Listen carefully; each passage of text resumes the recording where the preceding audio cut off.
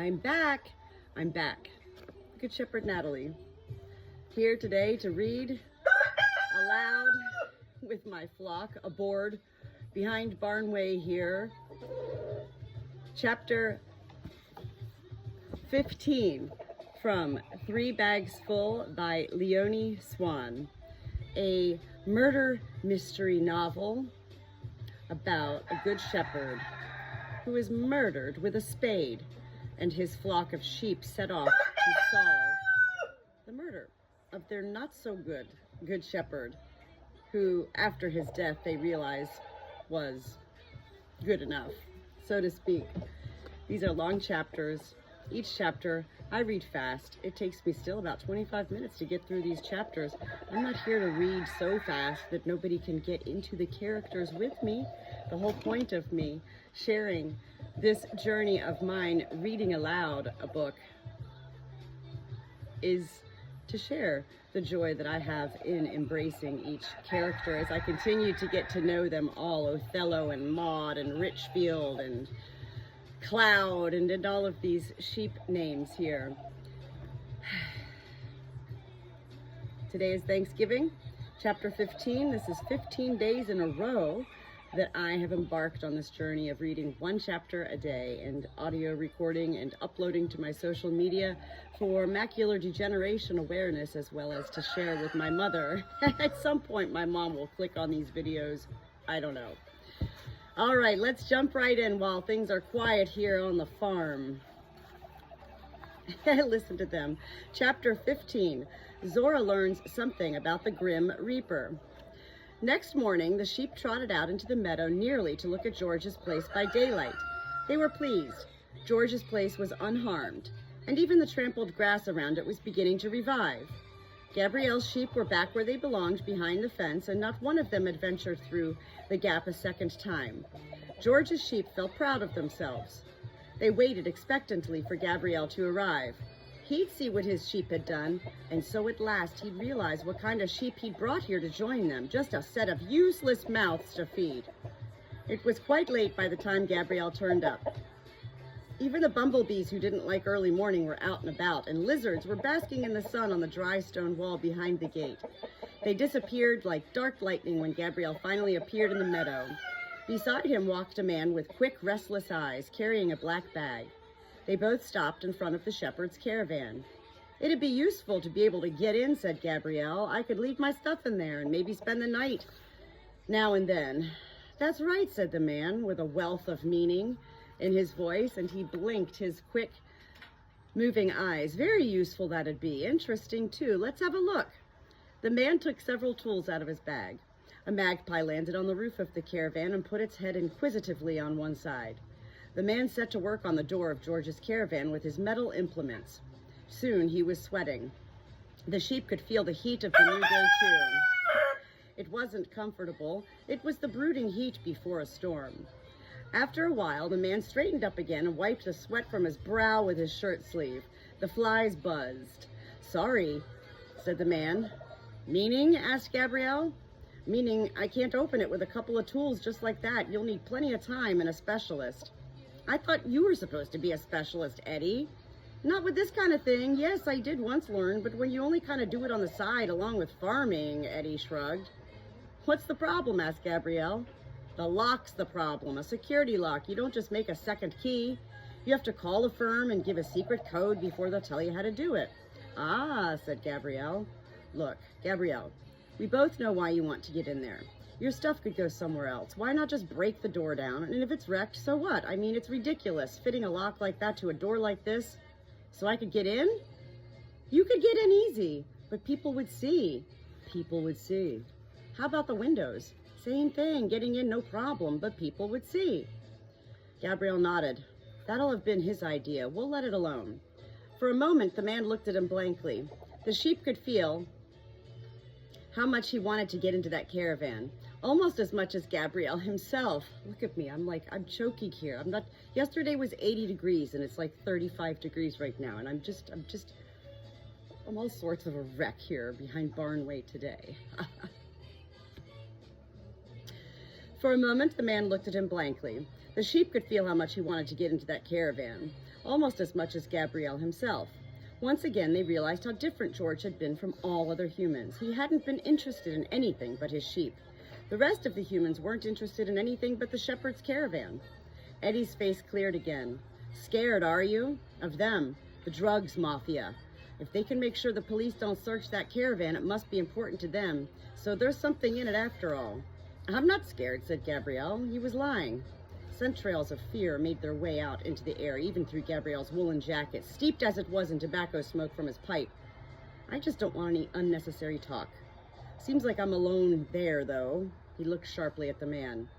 A little more talk in the right place might not have hurt, said Eddie. The way things are, everyone's doing whatever occurs to him. Gabrielle looked at the man a little like a lead ram watching a young ram frisking about, almost courteously. What'd you think of this then? Gabrielle put his hand in his pocket and brought out another shiny metal object. The man whistled through his teeth. There was a strange expression on Gabrielle's face. For the first time since the sheep had known him, he looked tense. Eddie noticed. You don't find a thing like that just lying in the road, he said. Where'd you get it? Fell from heaven, growled Gabrielle. The man shook his head. That won't do, Gabrielle. Do you know what's going on in the village in the Mad Boar? They sit there drinking and waiting. They talk about anything and everything. They even laugh at O'Malley's jokes. Only, of course, they don't talk about this here. They've a right to know what's going on here. Nothing's going on, said Gabrielle. He looked hard at the man with his blue eyes. I'm taking good care. There's nothing going on. The sheep incredulously flapped their ears. A whole lot had been going on here the night before, and Gabrielle had been the last person to do anything about it. They began admitting to themselves that they were disappointed in Gabrielle. The man sighed. Okay, so it's the key to a safe, but not a safe you can just get by mail order.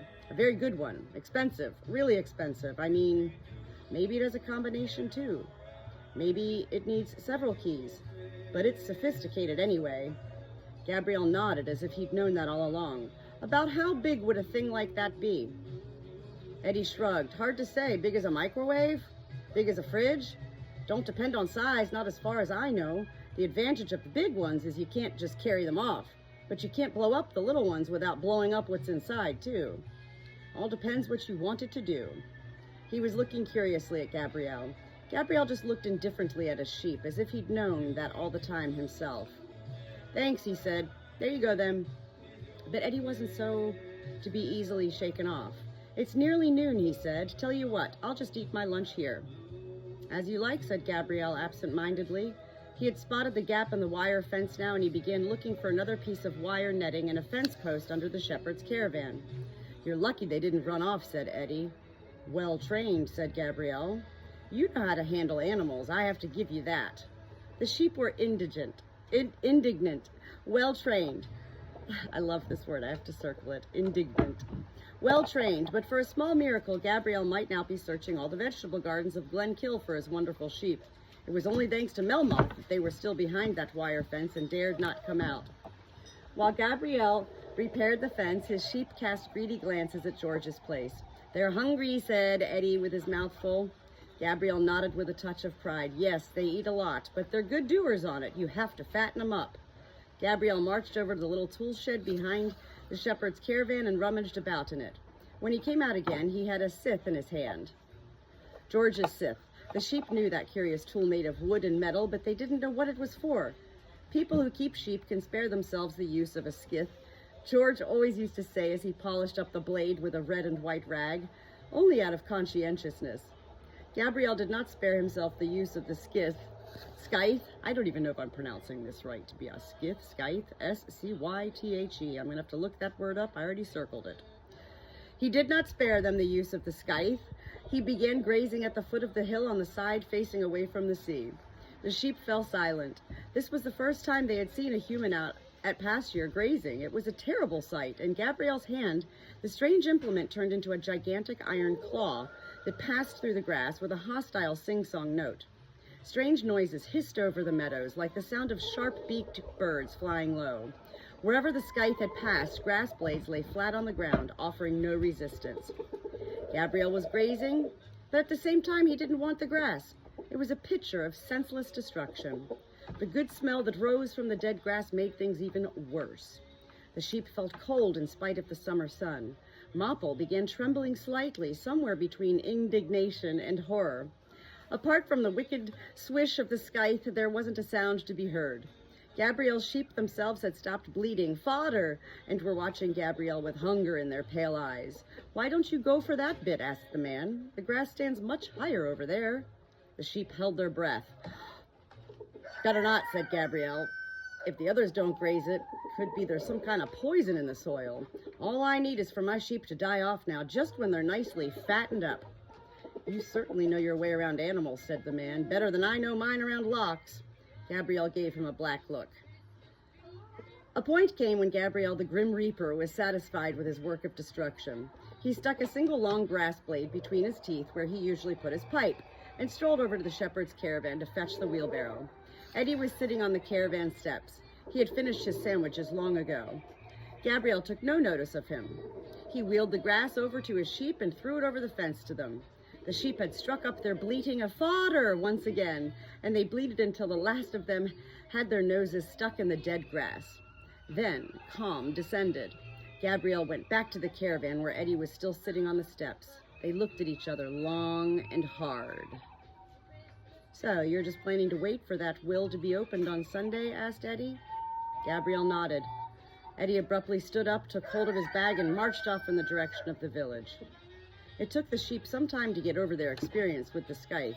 No one still claimed that Gabriel was a good shepherd. "He's not a shepherd at all," said Heather. "We ought just to ignore him. He doesn't look at us either." A good plan. Soon afterwards, the rear ends of several sheep were turned towards the shepherd's caravan. They had decided to graze straight past Gabriel, demonstratively showing their contempt. George would have been indignant, but Gabriel didn't even seem to notice. However, one of Gabriel's sheep was watching them with interest. It was the powerful ram that Zora had seen before. He had stopped stuffing himself with the mown grass and was looking hard at George's sheep. Zora was the first to notice him. She had made up her mind never to speak to Gabriel's sheep again. She had come to that decision for the first time after her failure to strike up a conversation, and for the second time last night when Gabriel's sheep swarmed all over their meadow like pale caterpillars. But this one ram interested her. He was older than the others and more intelligent, or so it seemed to Zora. Besides, she could scent an abyss somewhere between his pale eyes. She began grazing in his direction as unobtrusively as possible. She grazed past him once, then a second time. His eyes followed her, but nothing else happened. Zora decided to have a third try, closer to the wire fence. This time, she succeeded. "Fodder," said the ram. "Death." He had a beautiful voice, gentle and melodious. It didn't suit his short-legged, sturdy body. It was the voice of a very elegant sheep. "Yes," said Zora sympathetically, "your grass is dead. He cut it down with a scythe." The ram shook his head. "We are fodder. He is death. Run away." "Gabrielle?" she asked. "He's death?" "Nonsense. He's a shepherd, if not a very good one." The ram shook his head again. "We are meat," he said. Zora gave him a funny look. Something in her began to tremble. The abyss was there, somewhere in front of her, but she couldn't see it yet. She could only scent it. "Meat is fodder," the ram went on. Zora shook her head. "Grass is fodder," she said. In frustration, the ram banged his hornless head against the wire fence. A metallic sound rang out across the meadow. Gabrielle glanced at them briefly. "Grass is death," said the ram with emphasis. "Grass brings death." He looked at Zora almost pleadingly. Zora wondered whether the ram was simply round the bend. She had never heard a sheep mention meat before. She was about to turn away and give up Gabrielle's sheep for good as a hopeless case when two little words came drifting up to her out of the abyss. "Meat bread," thought Zora. The air was suddenly very oppressive. Zora uneasily breathed in the heat of the approaching storm. The ram looked at his own flock, still mindlessly feeding their faces with the mown grass. "They eat, they get fat, they die," said the ram. "And I," he lowered his head and said no more.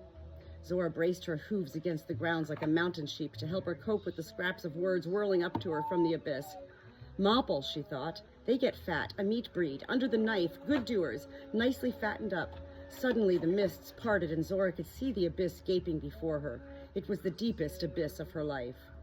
The strange ram was looking at her expectantly. He could tell from Zora's wide eyes that she had understood. and he looked relieved. "Run away," he repeated. "Why don't you warn them?" asked Zora, trembling. "Why don't you run away?"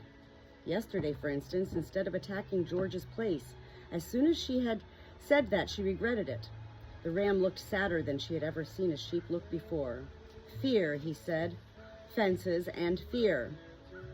Fences made of fear. They're young, they don't understand. They're meant not to see it. The mother ewes forget every year. They want to forget.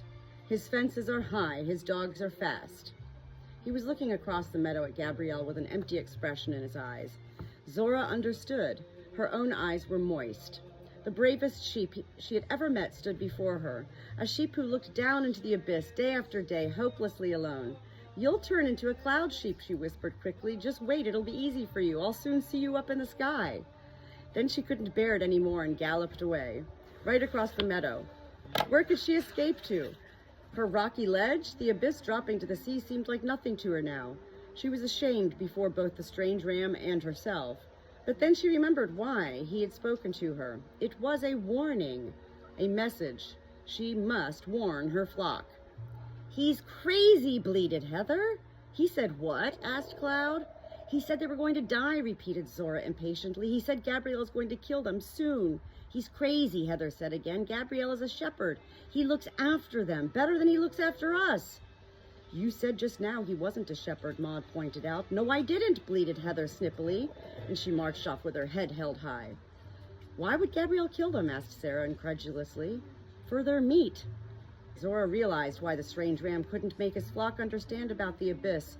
Even her own flock wouldn't believe it, although they were so much cleverer and more intelligent than Gabrielle's sheep. "He gives them grass to fatten them up quickly. And then, well, it all makes sense. They're a meat breed because they get fat fast, like Mopple. He's from a meat breed too. George said so. Under the knife, he said back then. Please, just believe me." "Is all this what the strange ram told you?" asked Cordelia. "No," admitted Zora, "not straight out. But he was afraid." The other sheep said nothing. They felt sorry for the strange ram, but could they believe his story? Zora saw from their faces that they weren't convinced. "Please," she said, "I just know I'm right." Said Miss Maple. "That would explain why they're not very woolly. Do you remember how surprised we were to see Gabrielle going around with such unwoolly sheep? If it wasn't their fleece as he wanted, yes, that would explain it." Zora gave Miss Maple a grateful look. The others were thinking over Zora's theory again. If even Maple, the cleverest sheep in all Glenkill and perhaps in the whole world, was interested in the idea, well then, incredible as it sounded, there might be something in it after all. Then Mopple, of all sheep, attacked Zora. "I don't believe a word of it," he bleated. "That ram is out of his mind. Yesterday they wanted to graze George's place. Now they're trying a different way of scaring us. I ought to know. I'm from a meat breed. Did George ever try to make me go under the knife?" "George was different," objected Zora. "He wanted sheep with plenty of fleece, as woolly as Norwegian sheep." But there was no stopping Mopple now. "Being a meat breed means something quite different," he bleated. "Being a meat breed means—" Head on one side, Mopple sifted through his memories, but nothing came to him. "Something quite different," he obstinately repeated. And now he had definitely convinced the others of the truth of Zora's theory. If even Mopple the whale, with his magnificent memory, couldn't think of any other explanation, then Zora's story must be right. Panic broke out. Maud bleated, "Wolf! Wolf!" and raced over the meadow in a zigzag course. Lane and Cordelia buried their heads in each other's fleeces. The mother ewes, bleating in alarm, called to their lambs. "We're his flock now," wailed Ramses. "We're done for." "He's going to kill us," whispered Cloud. "He's like the butcher. We must get away from here." "We can't get away," said Sarah. "This meadow is our pasture. Where would we go?" Mopple looked indignantly from one to another. "Do you think we're in danger?" he bleated. "Do you really think so? Will I be killed too?" "You'll be first," snorted Zora, who was still furious because Mopple hadn't believed her. Even Miss Maple could think of no way out. She glanced anxiously at the shepherd's caravan to see if Gabrielle was already whetting a knife. "The rams must know about this," she whispered. The sheep looked around for their most experienced rams. Richfield and Melmoth were playing a game of catch the sheep like two suckling lambs, and Othello was still keeping well out of Melmoth's way. But when he noticed how upset they were, he came trotting over. "Wolf!" bleated Maud. The strange ram, breathed Cordelia. He's going to kill us all, bleated Mopple in resigned tones. Me first! It was some time before Othello had the story straight. He, too, was alarmed. Othello knew the world and the zoo, but he didn't know any sheep from a meat breed. We ought to tell Melmoth, he said. Melmoth knows his way around. They glanced at Melmoth. He and Richfield had gone on to fight a play duel, just for fun. Melmoth had let Richfield defeat him and was rolling about in the grass like a puppy. Are you sure? Asked Cloud. With his heart thudding and a queasy feeling in his stomach, Othello trotted over to the hill, the moment of truth. In a way, he was relieved. For days now, he'd been looking for a reason to face Melmoth at last. In another way, the idea of looking into the big gray ram's eyes again after so long embarrassed him. Melmoth knew him better than his own shadow. He had seen all the mistakes of Othello's youth, all the stupid things he'd done, and he had criticized them mercilessly. Othello's own embarrassment annoyed him. After all, he wasn't the one who had stolen secretly off by night from the cool clown's animal trailer without a word of goodbye except for that single silly remark. Sometimes being alone is an advantage, snorted Othello angrily. It had not been an advantage. Being alone had hurt. A single sheep along with 4 dogs, 2 ferrets, and a white goose. Sheep weren't made to be alone. Sadness spread between Othello's horns and something like pity for Melmoth, who had spent his whole life trotting through loneliness in his heart of hearts alone in every flock. Now, something that had always seemed unimaginable to Othello had happened. Melmoth had grown old. He bore his old age as Othello had never seen any other sheep bear it. But all the same, it was unmistakably the weight of the world that made the gray ram's beard grow so long now. Othello wondered how a duel between the two of them would turn out these days and was horrified. It was an idea he had never before dared to entertain. When they met for the first time, Melmoth seemed to know nothing of the stony weight of life. His hooves hardly touched the ground. Every one of his movements was a picture of controlled power. And there was he, Othello, with his 4 ridiculously young horns and bewilderment in his heart. Fight? He? A sheep? Fight dogs? I don't know how to fight, he had bleated in his defiant young voice. No, Melmoth had replied, but that doesn't matter. Fighting isn't something you know how to do. Fighting is something you want to do. A question of willpower, like everything in a sheep's life. Admiration for Melmoth rose from Othello's horns, admiration for the will and wisdom that had carried him through loneliness so long. Othello stopped abruptly, feeling awkward again. Melmoth was lying in the grass right in front of his hooves, still acting the part of pathetic loser in the play duel. Amber goblin eyes twinkled up at Othello, as if from very far away. Shadowcaster, said Melmoth. Better to cast a shadow than stand in the shade. But being in the shade isn't to be despised either, not on a hot day like this. Melmoth turned his head to Richfield, who was standing a few feet away, still surprised by his victory in the play duel. I know a new game, said Melmoth. Who's afraid of the big black sheep? Gracefully, Melmoth sprang back to stand on all 4 hooves and turned to Othello again. Who's afraid of the big black sheep? He asked Othello. His eyes looked serious. It seemed impossible that only a few seconds ago they'd been twinkling mischievously. A great many dogs are, if you ask me, and several sheep if they're clever, and of course the man in black, not me, certainly. Melmoth looked hard at Othello. But the black sheep himself, what is he afraid of? So that was their reunion. A familiar sense of bewilderment spread through Othello. He explained what Zora had found out about Gabrielle. We ought to escape, he said. If you lead us, we can make it. All of you? So many? Melmoth's eyes skimmed the sheep like the flight of a crow. They were standing expectantly, looking up at the hill. Sometimes being alone is an advantage. They won't be gone long. They won't go alone, said Othello, not one of them. Then they'll have to stay here, said Melmoth briefly, but better that way, Melmoth went on. Escape? From the blue-eyed shepherd? From the grim reaper? Not worth the effort.